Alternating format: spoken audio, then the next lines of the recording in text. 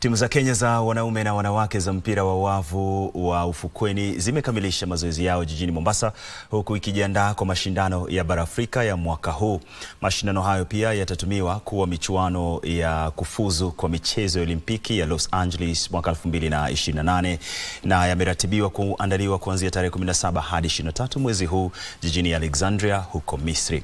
Timu ya wanaume inajumuisha Elfas Makuto na Regan Kipchirchir, huku Richard Amutala na Sami Momanyi wakiwa washirika wao wa mazoezi. Kwa upande wa akindada, wachezaji wawili timuni ni Yvonne Wavinya na Selina Gambo, huku Shalene Maywa na Sera Namisi wakiwa washirika wao wa mazoezi. Meneja wa timu Ibrahim Odwor amesema maandalizi yamekwenda vyema, huku lengo likiwa ni kuongoza kundi lao katika mashindano hayo.